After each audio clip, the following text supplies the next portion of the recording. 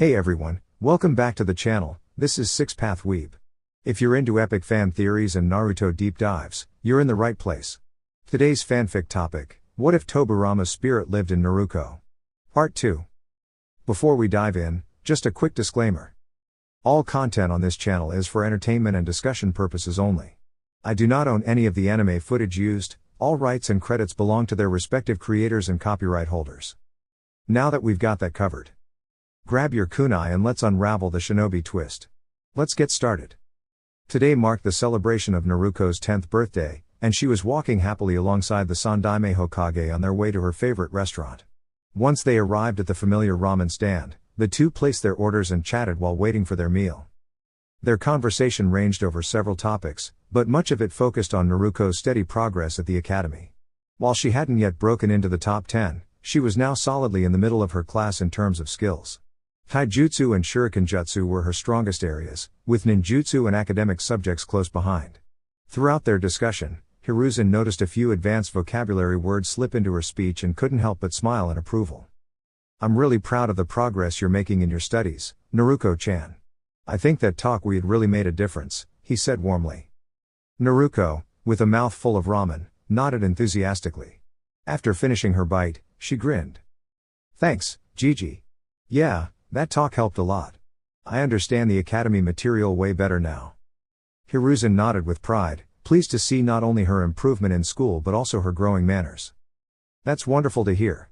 And since you've been working so hard at the academy, I have something special for your birthday," he said, pulling out a small scroll from within his robe. Naruko's eyes sparkled with curiosity. "Really? Thank you, Gigi. What is it? Is it your hat? I always thought it looked so cool." Hiruzen chuckled. "Not quite," he said, handing the scroll over. Naruko accepted it, puzzled by its plain appearance. "Go ahead and open it. Tell me what you see." She unrolled the scroll to find a series of kanji arranged in a circular pattern in the center. "This," the Hokage explained, "is a storage seal. Every shinobi eventually learns to use these. With it, you can store items like tools, supplies, and even weapons. To seal an item, place it on the circle and channel your chakra into it. When you want to retrieve the item, you do the same." Naruko listened intently, her eyes fixed on the scroll. "Now," Hiruzen continued, "try unsealing your gift." Naruko blinked in surprise, thinking the scroll was the gift. She followed his instructions, formed the correct hand seal, and touched the scroll with her chakra. A small puff of smoke emerged, and when it cleared, a beautiful black scabbard lay in her hands. Her mouth dropped open in awe. From within, she drew a sleek, polished shinobi katana. The light caught the blade and reflected brilliantly, making her smile with excitement. "It's amazing. Thank you so much, Gigi. You've earned it," the Hokage replied gently. "But remember, it's not a toy. You shouldn't take it to the academy. If you show promise in swordsmanship, I'll give you some beginner scrolls to help you start learning kenjutsu properly." Naruko nodded enthusiastically and sealed the sword back into the scroll. They continued their lunch with cheerful conversation. Naruko asked many questions about the previous Hokage, especially the first and second, and Hiruzen was happy to answer, even if he suspected she looked up to the fourth most of all. Eventually, Hiruzen paid for their meal and waved goodbye, already thinking about the pile of paperwork waiting for him. Inside the cave. After parting ways with Hiruzen, Naruko dashed toward a hidden cave where Tobirama-sensei was waiting. As she entered, she saw multiple shadow clones of herself busy in training. One was practicing taijutsu, another reviewing ninjutsu techniques, and a third discussing genjutsu disruption with the Nidaime himself. The clone who had met with Hiruzen entered and called out cheerfully, "You'll hear about it soon enough, boss. Don't want to spoil the surprise." With that, she tossed the scroll to the original Naruko and dispelled, transferring all her memories back to the real one. The original Naruko's eyes lit up as she retrieved the scroll and summoned the sword. All the clones smiled with joy, and Tobirama, observing the blade, stepped forward with a thoughtful expression. "Let me see the sword for a moment, Naruko." He carefully examined the hilt and blade, lost in thought. "This sword. It brings back memories. It once belonged to the Sarutobi clan, a gift I presented many years ago. I never imagined I'd see it again." He handed it back to Naruko with a nod. "We'll add kenjutsu to your training. This sword is well crafted and allows you to channel chakra through it. That enhances its durability and effectiveness. But remember, Just like a samurai treats their blade with care, a shinobi must respect their tools. Take care of this, and it will serve you well. I promise, sensei, Naruko said seriously, touched by the weight of the gift and the responsibility that came with it. Tobirama gave a satisfied nod. So far, you've learned advanced chakra control exercises, mastered several ninjutsu, and developed solid skills in taijutsu and shuriken jutsu. Teaching you the shadow clone technique was the right decision. It's helped accelerate your progress. Originally, I intended to wait until your 11th birthday to start elemental training, but you've advanced beyond my expectations. Naruko gave a proud but modest smile, listening closely as Tobirama continued. However, he warned gently, elemental training is more challenging.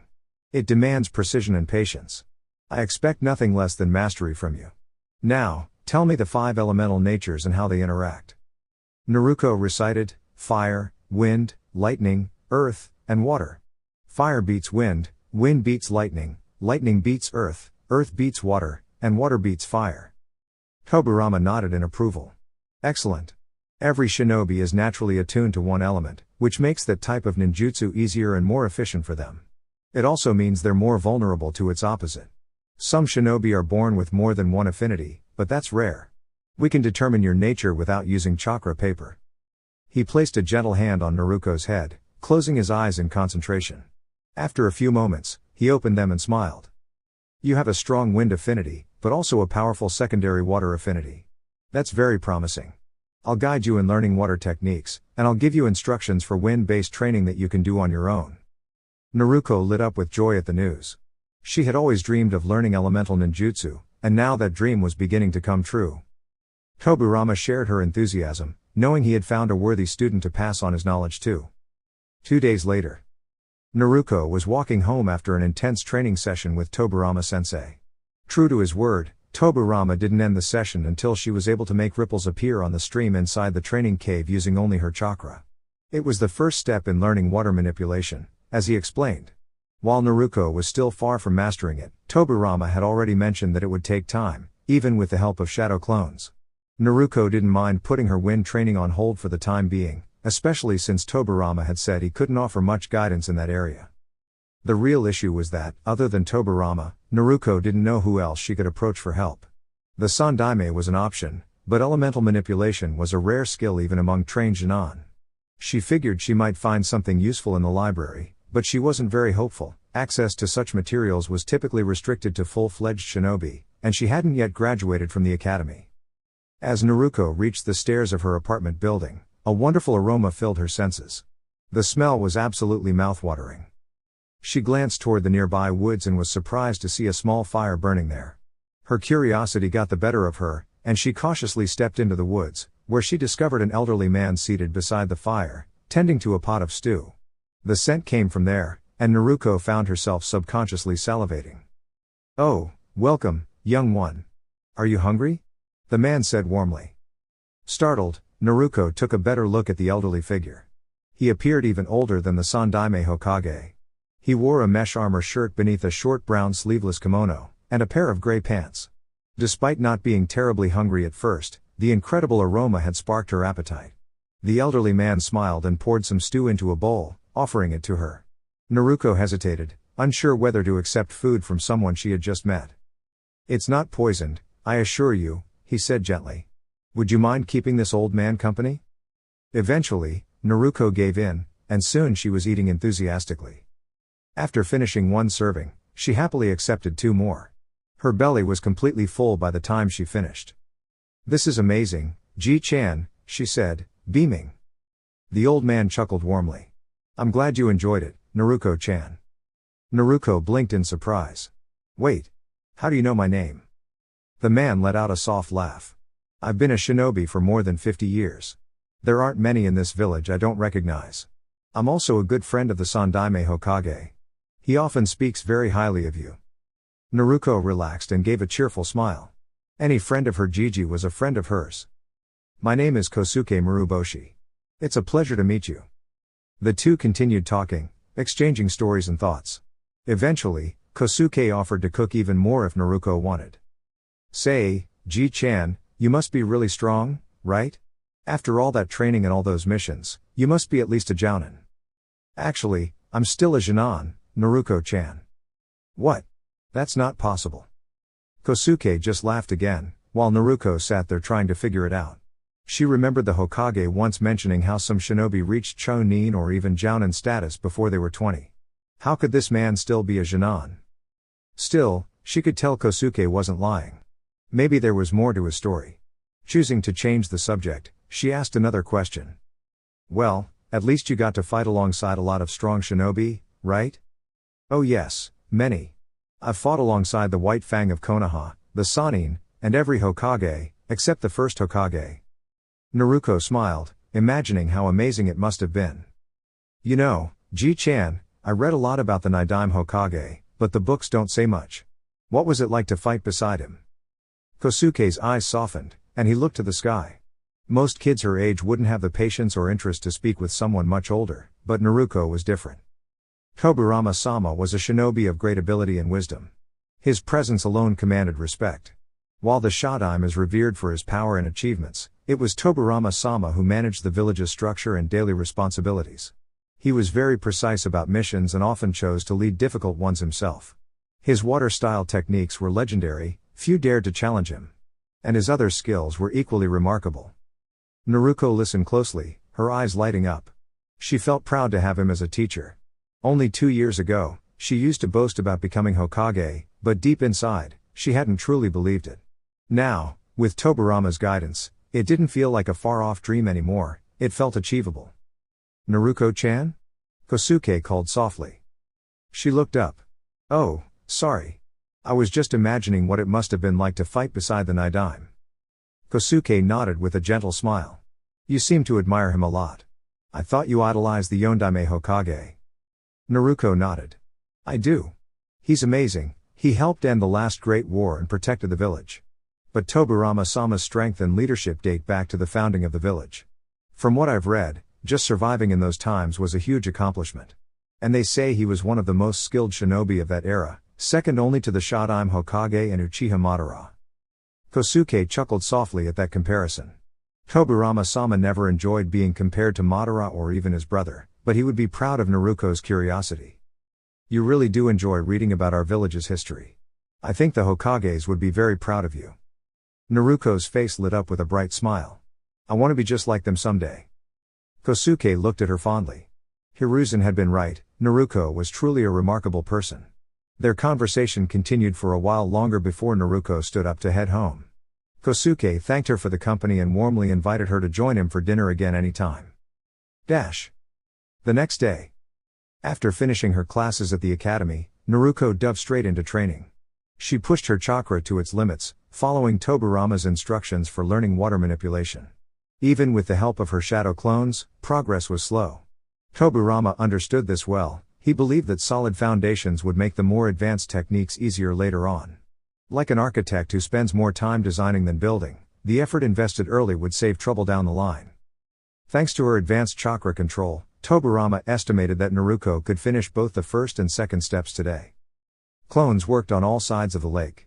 Then, with a coordinated burst of chakra, a series of ripples formed across the surface. Tobirama nodded approvingly.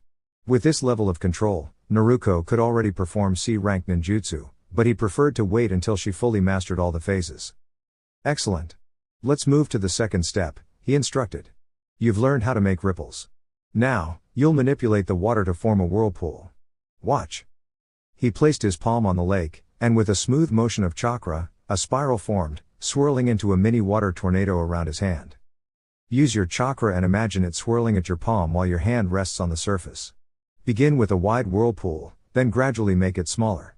The smaller and more focused it becomes, the more control you'll develop. Now, start. I'll send one of your clones with a Kenjutsu kata. The clone will memorize it, but perfecting the movement is up to you. Remember, shadow clones help, but there's no substitute for dedication. I understand, Naruko replied. Sensei, I was wondering, what about my wind affinity? How do I train it while still focusing on water?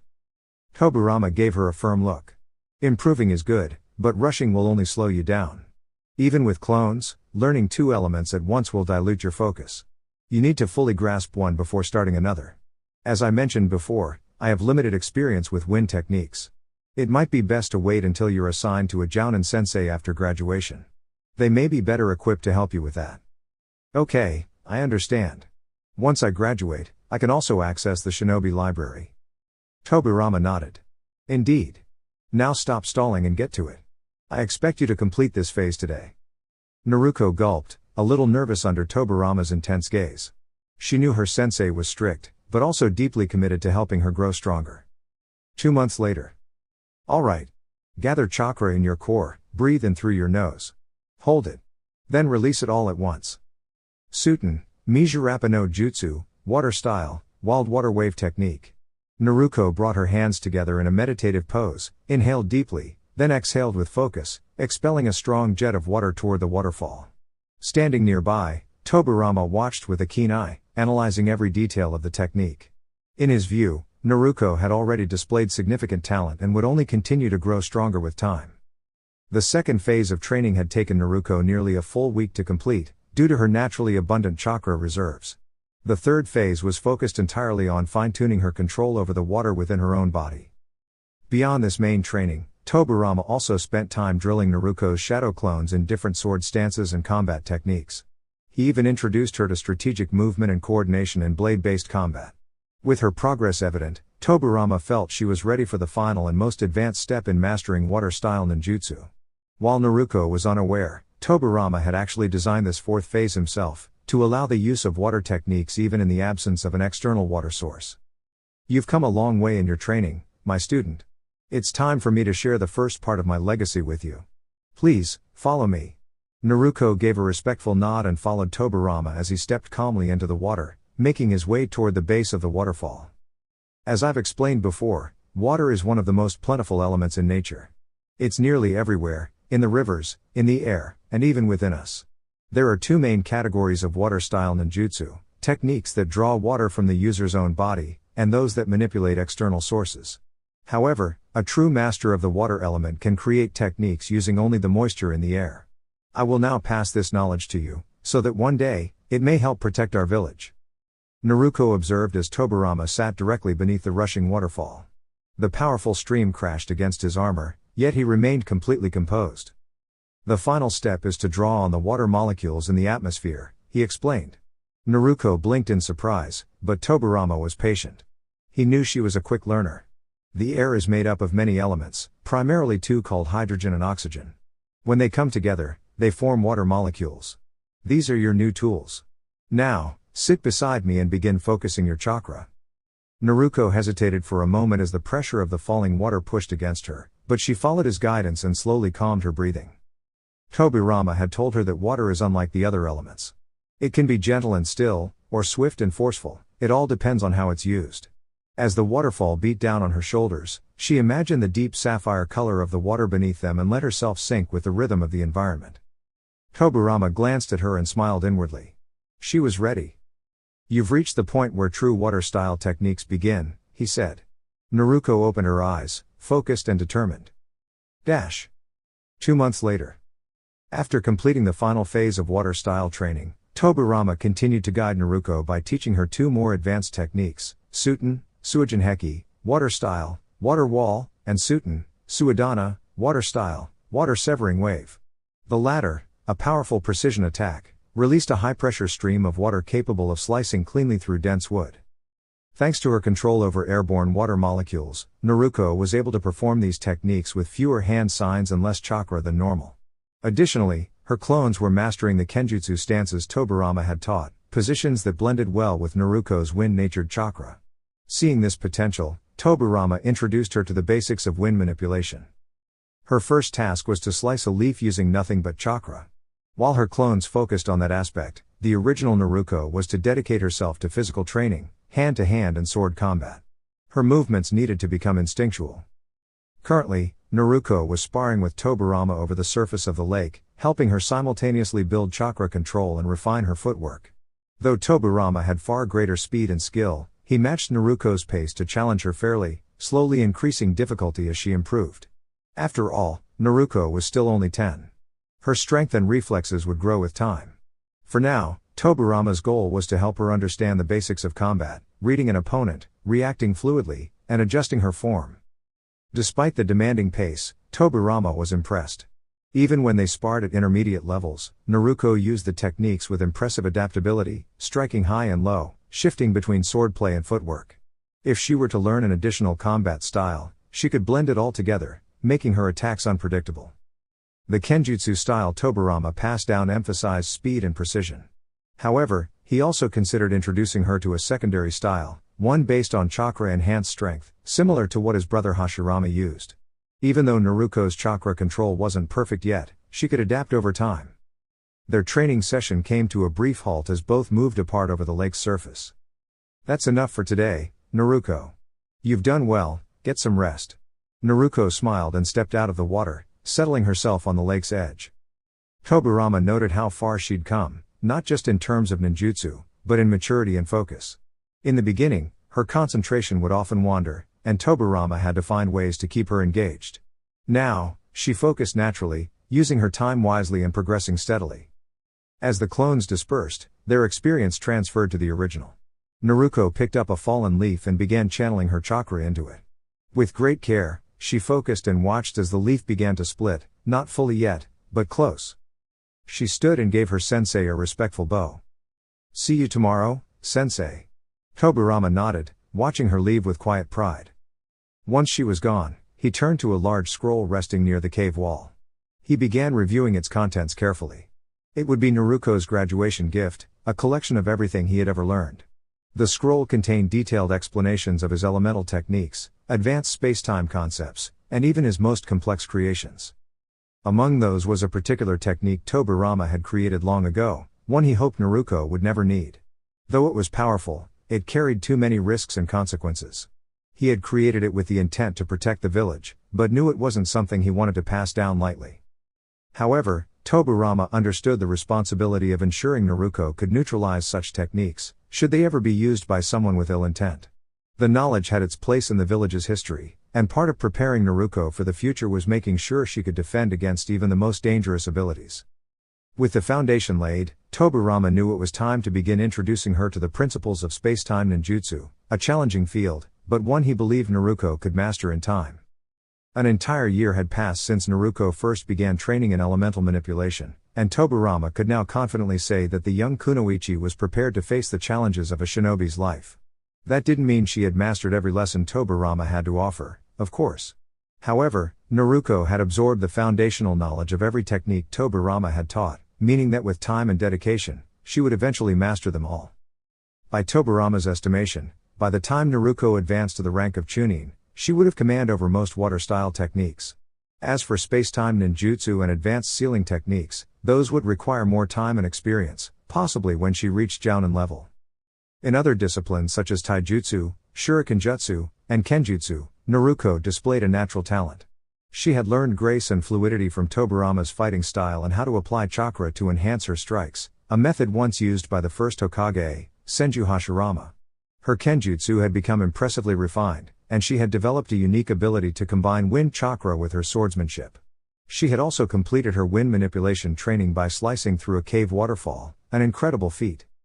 Following that accomplishment, Tobirama taught her the two wind techniques he knew: wind release, gale palm, and wind release, great breakthrough. Naruko quickly mastered them, wind being her primary affinity. Despite spending considerable time on water-style ninjutsu, it was clear that wind was where she shined most. Though Tobirama would have liked to help her advance further in that area, his knowledge of wind-style techniques was limited. Nevertheless, Naruko was ready. During a training session, Tobirama observed as Naruko's wind-enhanced shuriken struck his shadow clone, dispersing it. He received the feedback immediately and gave an approving nod. Over time, Naruko had also developed a sharp sense of battle strategy. In that particular spar, they had initially engaged in kenjutsu, but Tobirama's clone had outpaced her. Forced to adapt, Naruko created distance with well-placed shuriken before using water release, water gun technique. The clone evaded and countered with a genjutsu, which Naruko promptly dispelled before dodging a wave of kunai. She transitioned back to offense using taijutsu, quickly closing the gap. After a short exchange, she focused chakra into her left fist, the energy glowing a soft blue. Had it landed, the clone would have vanished. But the clone skillfully flipped away, delivering a powerful kick that sent Naruko backwards. Slightly stunned, she regained her balance midair and executed a swift combination of wind ninjutsu and shuriken to take the clone down. For someone her age, her performance was outstanding, easily surpassing the average Jinan and rivaling some Chunin. Well done, Naruko. You've come a long way from the girl who once struggled to mold chakra properly, Tobirama said with a proud smile. I believe you're ready to face the trials of a Konoha shinobi. Naruko bowed respectfully, her face beaming with joy. Despite the formal setting, her smile reflected her personality, bright and full of energy. Tobirama had helped shape her discipline and strategy, while she had kept her warm spirit intact. Part of her training also focused on the proper conduct of a shinobi, how to balance emotions and logic, both during and outside of missions. Tobirama often emphasized the importance of not letting emotions override judgment. In his time, even Jinan were held accountable if personal feelings endangered a mission. He frequently spoke of balance, light and dark, yin and yang, and gave examples through his former students. Sarutobi Hiruzen represented the light, compassionate and strong, but less suited for difficult decisions in harsh circumstances. Shimura Dansu, by contrast, thrived in secrecy and shadow, rarely embracing the light. Tobirama had chosen Hiruzen as the third Hokage because he believed in the importance of balance. Another key lesson Tobirama stressed was trust. In the field, trust had to be earned and carefully maintained. He didn't tell Naruko to distrust everyone, but he trained her to remain cautious, especially when dealing with strangers. Some enemies use trust to get close and manipulate others. Even though Naruko believed Konoha was in a peaceful era, Tobirama reminded her that peace was often just a pause between periods of conflict. Thank you, Sensei, Naruko said, her voice respectful. Tobirama gave a nod, then turned more serious. There's something important I need to tell you, he said. Naruko straightened, sensing the weight of the conversation. She had earned Tobirama's respect, and now, it seemed, she was about to receive a truth she had long awaited.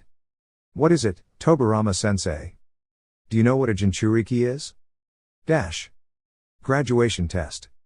Uzumaki Naruko was the first to arrive at the classroom. Today marked her final day as an academy student. Tomorrow, she would officially be a shinobi of the Hidden Leaf. There was no doubt in her mind, she would pass.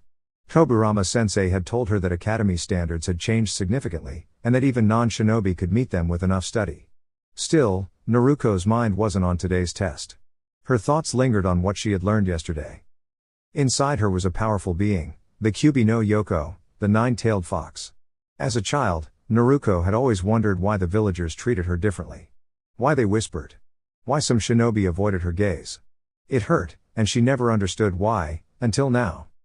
Tobirama explained it to her plainly. A Jinchuriki is someone who carries a powerful tailed beast sealed within them. While some villages train Jinchuriki as powerful defenders, Tobirama wasn't convinced that Konoha had taken that path. Nevertheless, the fox's chakra was now part of Naruko, and with the right training, she could learn to harness it. He also told her that Hiruzen, the third Hokage, should have informed her long ago. She had spent many meals and quiet moments with the elderly Hokage, trusting him as a grandfather figure. And yet, this truth had never come up. Tobirama had withheld it as well, but only because he had wanted her to build the skills needed to handle the responsibility. With proper control, the Kyubi's power wouldn't be a danger, but a strength. Even though Naruko respected Tobirama, she couldn't help but feel disappointed in the third Hokage. She had trusted him more than anyone. The ramen shop owners had been kind, but Hiruzen had always been her anchor. Now, after learning the truth, she found herself unsure. With a sigh, she turned her attention to the paper test in front of her. Iruka-sensei handed it out with a gentle smile. Some questions were easy, others required more thought, but Naruko remained focused. She double-checked her answers and even tested for hidden illusions, remembering a previous attempt by Mizuki to sabotage her. This time, the test was clean. Next came the practical evaluations. Naruko impressed the examiners during the shuriken portion, scoring 8 out of 10 instead of her usual 6. During the taijutsu match, she held her ground for the full 3 minutes against Iruka. Her growth was obvious to anyone watching. Finally, it was time for the ninjutsu portion. Naruko stood before Iruka and Mizuki, awaiting their instructions. All right, Naruko, Iruka said. Last part of the test, ninjutsu. To pass, you need to perform 2 perfect clones using the clone technique. Naruko smiled with determination, ready to complete her final challenge and begin her new journey as a kunoichi of the Hidden Leaf.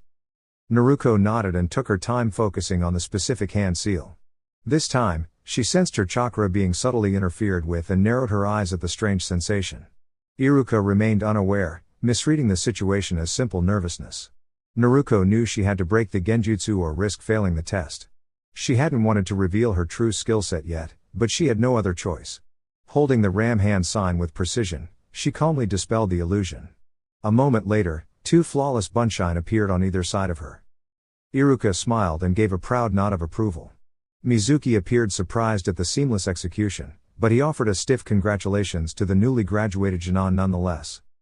Congratulations, Naruko. Here is your hit I ate. Wear it with pride. Naruko accepted it respectfully and bowed slightly. She didn't spare a glance at Mizuki, already aware of his discontent. She didn't return to the classroom to celebrate, nor did she wait outside with the other students. Instead, as soon as the test was over, Naruko used a swift shunshine to quietly leave the academy. Inside the cave. Naruko wasted no time and entered the cave to meet her mentor. Once inside, she shared details of the test and mentioned Mizuki's apparent interference with her technique. Tobirama listened silently, his expression serious. He had long wanted to confront individuals who acted unfairly toward his student, but knew his time was limited. Report this directly to Saru, Tobirama said calmly, referring to the third Hokage by his nickname. I thought about it, Naruko responded thoughtfully. But how do I explain that I know how to break genjutsu? That isn't something taught at the academy. Tobirama's approving nod showed his satisfaction. Her response demonstrated careful thinking. Everyone assumed Naruko's recent progress was due to diligence and discipline. That's exactly why she had always restrained herself from revealing techniques that weren't part of the official curriculum. There's a way to bring it up without raising suspicions, Tobirama advised. When you speak to Saru, simply say that your chakra felt unusual, like something was off. Avoid mentioning Mizuki's name. If my instincts are correct, you won't need to.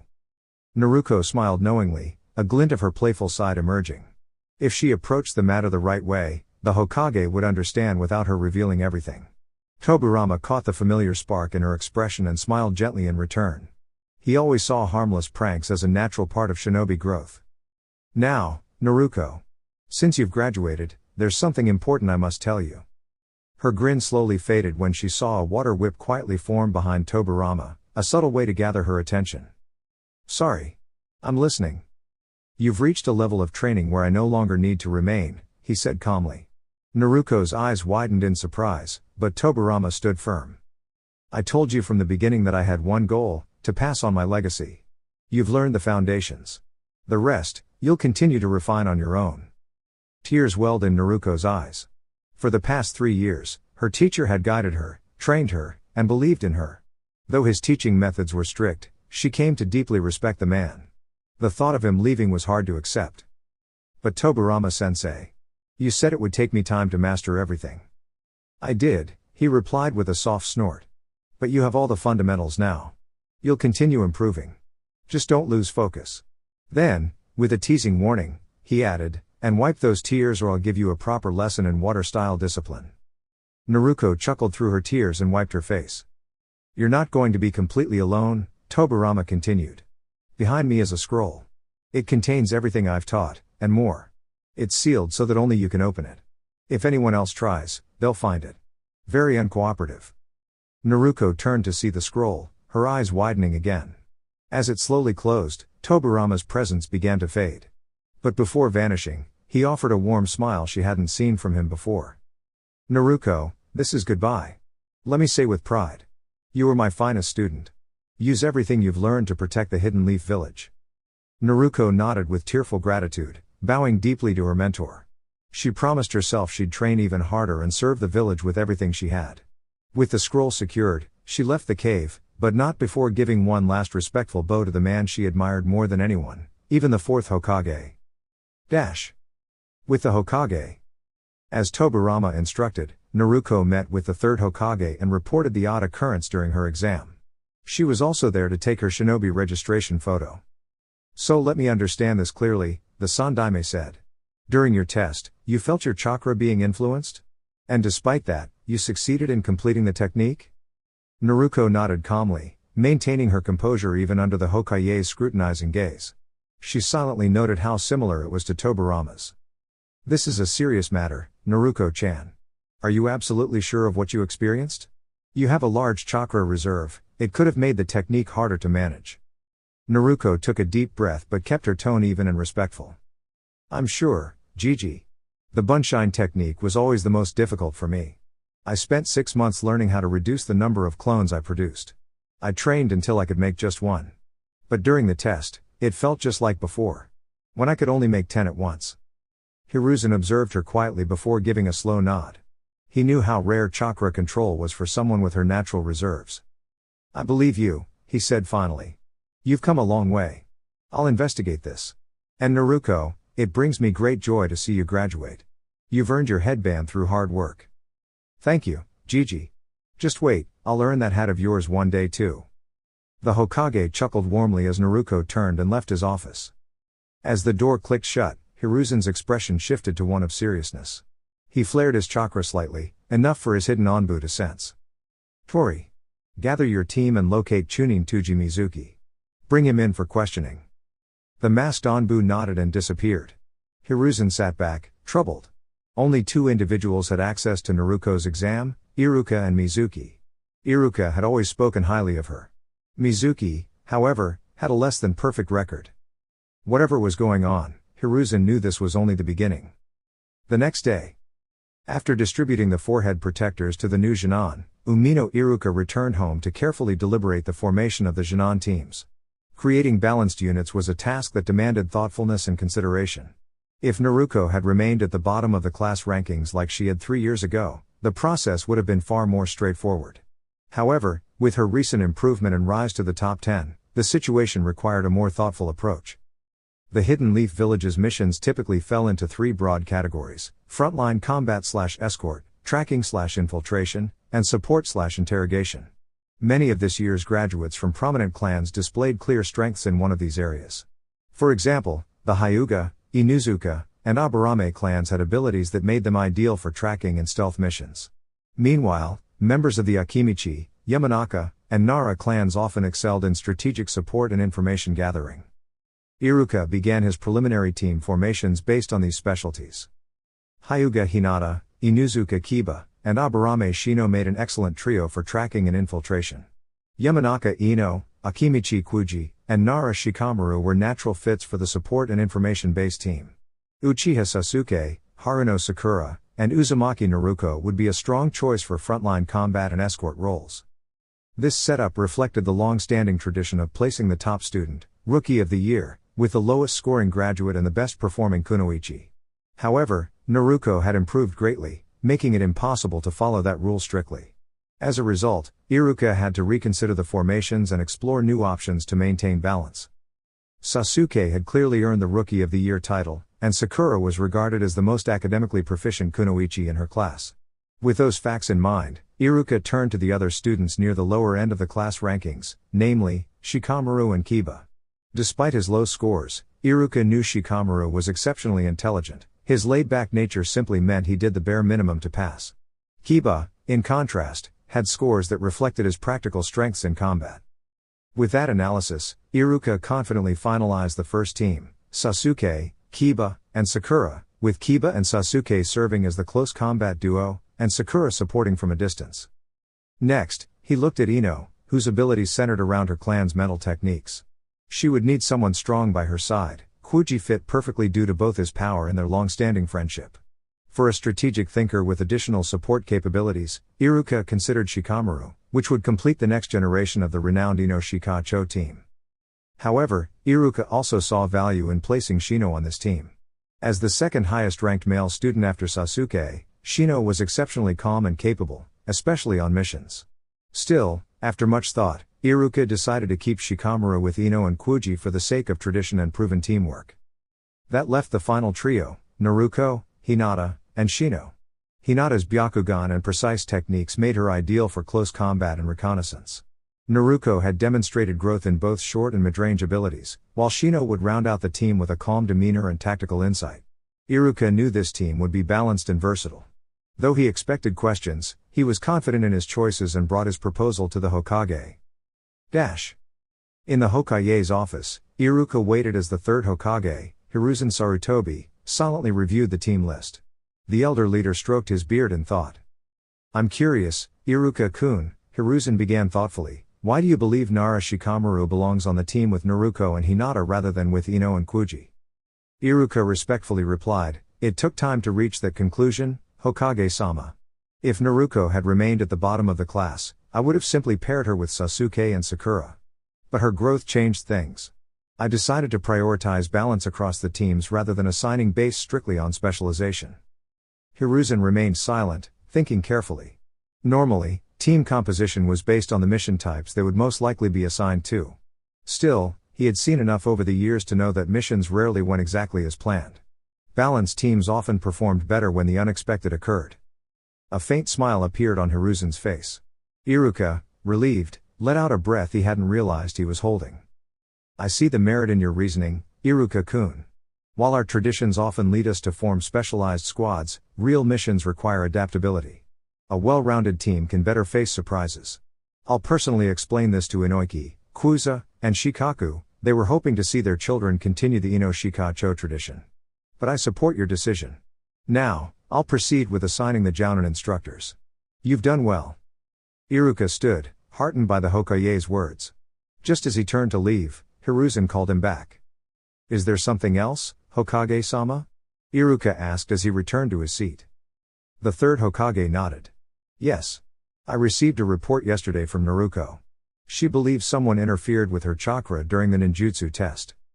Iruka's eyes widened in shock, but he remained silent, listening.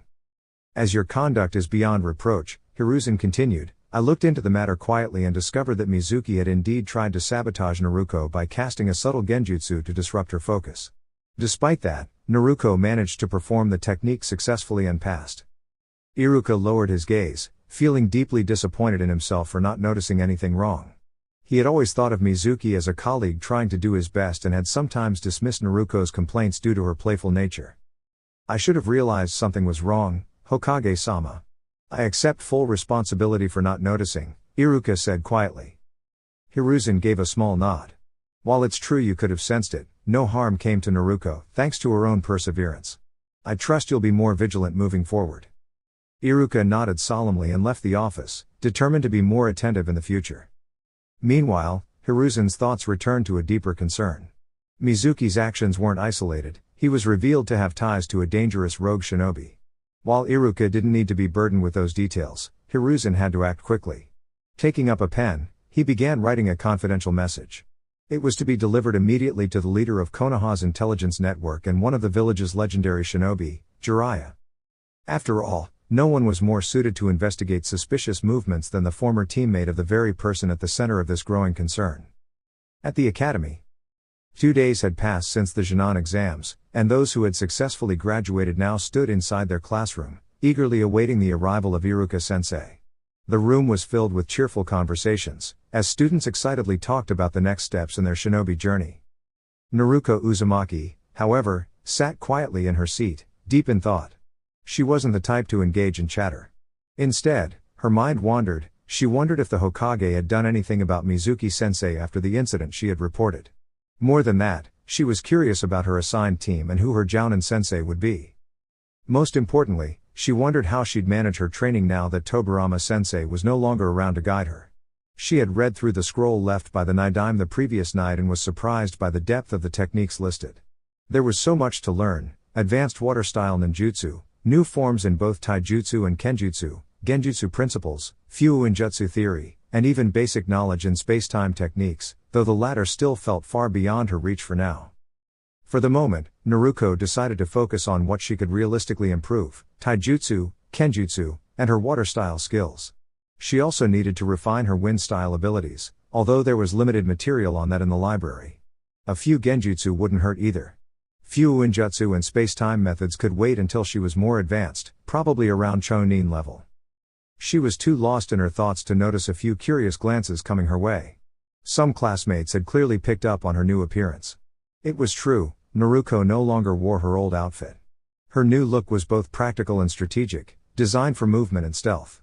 She now wore shinobi boots in Onbu style, dark blue pants, and a light green shirt. Her wrists were protected by dark blue forearm guards. The sword given to her by the Hokage rested comfortably at her waist. Had she not used a simple transformation technique to temporarily dye her hair black and soften the distinct marks on her cheeks, the outfit would have been quite noticeable around town.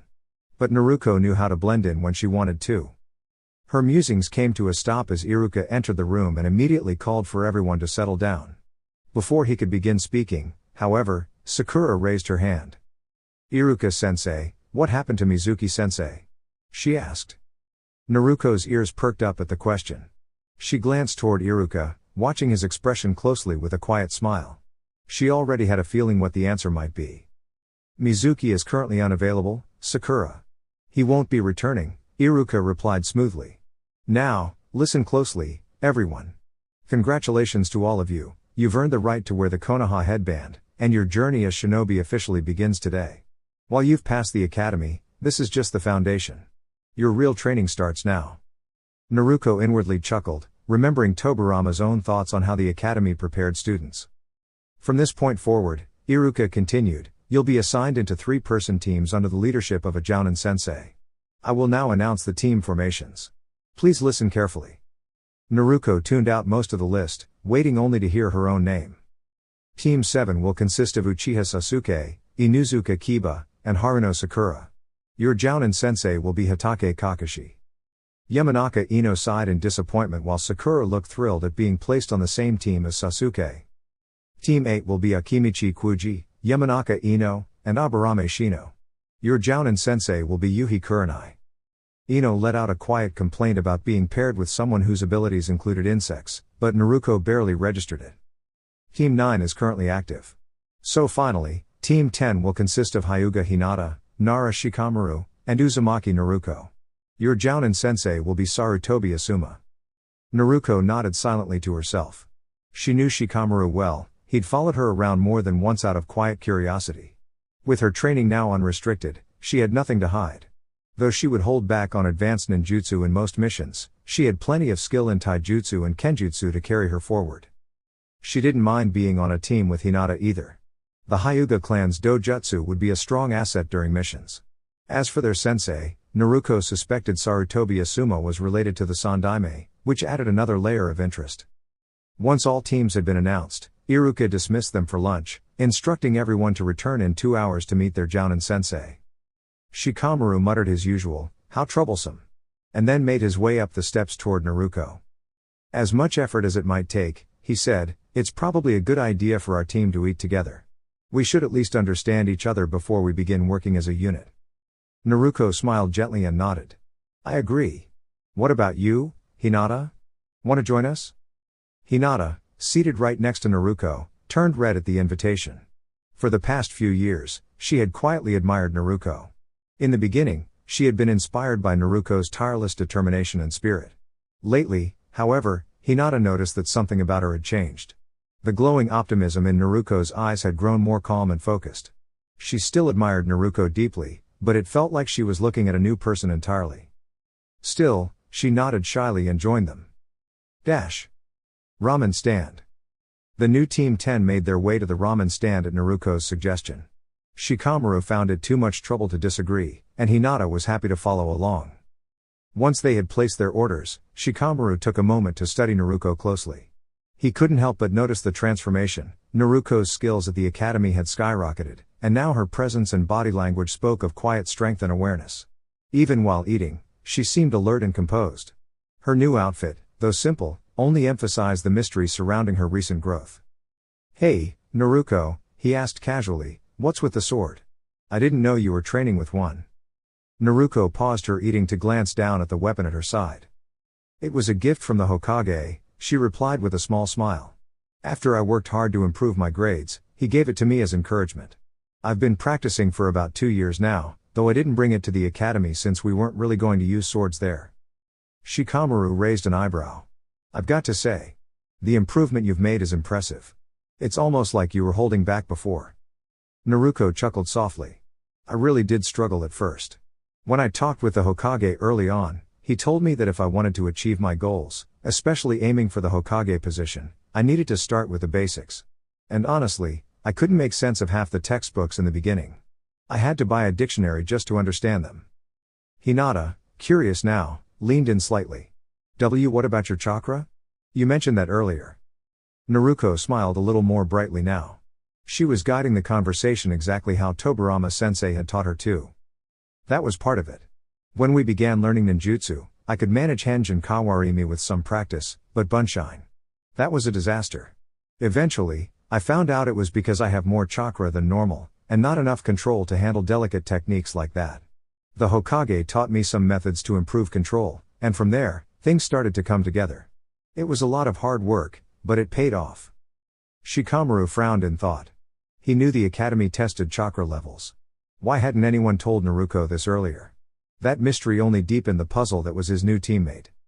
He opened his mouth to ask another question, but Naruko had already shifted her attention toward Hinata with a warm smile. So, how about you, Hinata? What sort of training do you enjoy? But enough about me, though, Naruko said with a smile, turning toward Shikamaru. Tell me, Shikamaru. How come your scores were so low? I found a history book in the library, and it said the Nara clan is known for their high intellect. It was too much effort, Shikamaru replied lazily, shrugging his shoulders. I did just enough to pass. I'm not really interested in showing off or pushing myself beyond the bare minimum. Wow, Naruko chuckled. The book also said the Nara clan is known for being laid back, but I thought it was exaggerated. Hinata giggled softly at Naruko's teasing tone, and a small vein popped on Shikamaru's forehead, more from mild annoyance than genuine frustration. Still, he could tell it was all in good humor, especially when Naruko laughed afterward. What about you, Hinata? I read a lot about the Hyuga clan too. Your Byakugan and gentle fist style are really well known. I can't wait to see you in action. Naruko added, her enthusiasm lighting up her expression. Hinata blushed at the praise, while Shikamaru raised an eyebrow. In that short exchange, Naruko had demonstrated a remarkable knowledge of the prominent clans in the village. He had no doubt she knew plenty more. Well, I'm not as skilled as my cousin or my younger sister, Hinata stammered, looking down at her hands. Naruko frowned thoughtfully. She hadn't expected someone from the prestigious Hyuga clan to be so humble. How come? I saw you practice back at the academy. You looked really good to me, Naruko encouraged with a reassuring smile. Hinata's cheeks turned even redder at the compliment. Shikamaru noticed the same thing Naruko had. Hinata lacked self-confidence. I'm not sure. My father often says I need more work during training sessions. Naruko and Shikamaru exchanged glances as Hinata looked down. Naruko smiled kindly. Well, I know what I saw, and I still think you're impressive. Hinata gave her a small smile in return, though her father's words still lingered in her mind. The rest of their meal passed quietly. Afterward, they paid their bill and returned to the classroom. It was time to meet their Jounin instructor. At the academy. Once the newly graduated students were back in the classroom, Iruka scanned the room and smiled warmly. He had high hopes for this generation. Representatives from the Hyuga, Uchiha, Yamanaka, Aburame, Inuzuka, Akimichi, and Nara clans were all seated before him. Even beyond those clans, Iruka knew he had promising students, like Haruno Sakura and Uzumaki Naruko. In his heart, he believed they would all go on to achieve great things. Iruka gave a short speech, expressing his pride and excitement. Then, he informed the class that the Jounin sensei assigned to each team would soon be arriving. As Iruka left, the students waited. Gradually, Jounin began entering the classroom to collect their teams. 5 minutes later, Naruko looked up as two shinobi entered together. The first was a graceful kunoichi with elegant features. She had fair skin, shoulder-length untamed black hair, and unique red eyes with a ring-like pattern. Naruko briefly wondered if she might be an Uchiha, based on her appearance. She wore a red mesh blouse, with only the right sleeve showing. Beside her stood a taller man with spiky black hair, a short beard, and calm brown eyes. His attire consisted of the standard Konoha uniform, the Jounin vest, and a sash marked with the kanji for fire. He also wore black wristbands and had bandages wrapped around his sleeves. His resemblance to the third Hokage was unmistakable. So that's our sensei. Interesting, Naruko thought. Jounin Yuhi Kurenai. Team 8, meet me at training ground 8 in half an hour, the kunoichi announced before vanishing in a blur. Jounin Asuma Sarutobi. Team 10, meet me at the barbecue restaurant in 20 minutes, said the male Jounin, also disappearing in a flash. Team 8 and Team 10 quietly exited, leaving only Team 7 to wait for their still absent instructor. Barbecue restaurant. Naruko, Shikamaru, and Hinata sat at a table across from Asuma, who was enjoying a hearty meal of grilled beef. Since the trio had eaten earlier, they sipped on warm tea. Alright, now that we're here, I'd like to get to know you all a bit more. I've read your academy files, but I'd like to hear directly from you. Let's start with you, Shikamaru. Shikamaru let out a small sigh. What exactly do you want to know, Asuma-sensei? Just some basic stuff. Likes, dislikes, future goals. Whatever you feel comfortable sharing. Huh. Too much effort. Shikamaru muttered. I'm Nara Shikamaru. I like watching clouds and playing shogi. I don't like doing too much work or being scolded by my mom. My dream is to retire as a chonin, find someone kind to marry, and live peacefully. Asuma chuckled softly. Just like your father. Naruko blinked, slightly stunned. As someone who spent hours training without tiring, she was baffled by how laid back Shikamaru was. She made a silent vow not to let him slack too much. If she had her way, she'd make sure he found some motivation. Okay, your turn, Naruko. Naruko grinned and gave a small wave. My name is Uzumaki Naruko. I like ramen, training, shuriken jutsu, and kenjutsu. I don't like how long it takes to cook ramen. My dream is to work hard, rise through the ranks, and one day become Hokage, just like the second Hokage. Asuma nodded approvingly. He had heard from the third Hokage about Naruko's determination and admiration for the second Hokage. Shikamaru also found the comment intriguing. A few years ago, Naruko used to admire the fourth Hokage. Something must have changed. That's a wonderful dream, Naruko. Alright, Hinata, your turn. Oh. My name is Hyuga Hinata. I enjoy pressing flowers, zenzai, and cinnamon rolls. I don't like when others are judged unfairly. And my dream is to bring the Hyuga clan closer together. Asuma smiled gently as he lit a new cigarette. Naruko counted 3 so far. Apparently, smoking ran in the Sarutobi family. She remembered the third Hokage always with his pipe. The moment Asuma exhaled, the team coughed lightly in reaction to the smoke, earning a quiet chuckle from their sensei. Alright, now that we've introduced ourselves, you're dismissed for today. However, we'll meet tomorrow morning at Training Ground 10. There's one more task before I can officially call you Jinan. Huh. Troublesome, Shikamaru groaned. Wait. Another test? We're not Jinan yet? Naruko asked, surprised. Asuma nodded with a knowing smile.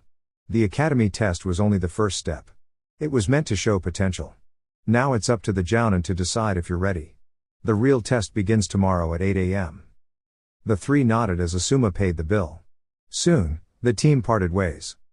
As the sun dipped below the horizon, Naruko walked home to her apartment, filled with anticipation. Tomorrow would be her first real test as a ninja.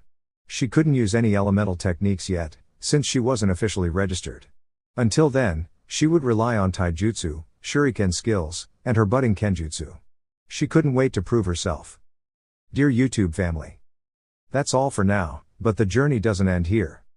If you enjoyed the content, don't forget to like, share, and subscribe. Your support means the world and keeps the path alive.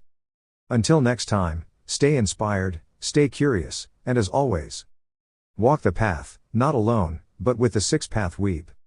Thank you for being part of this adventure. With gratitude. 6-Path Weeb.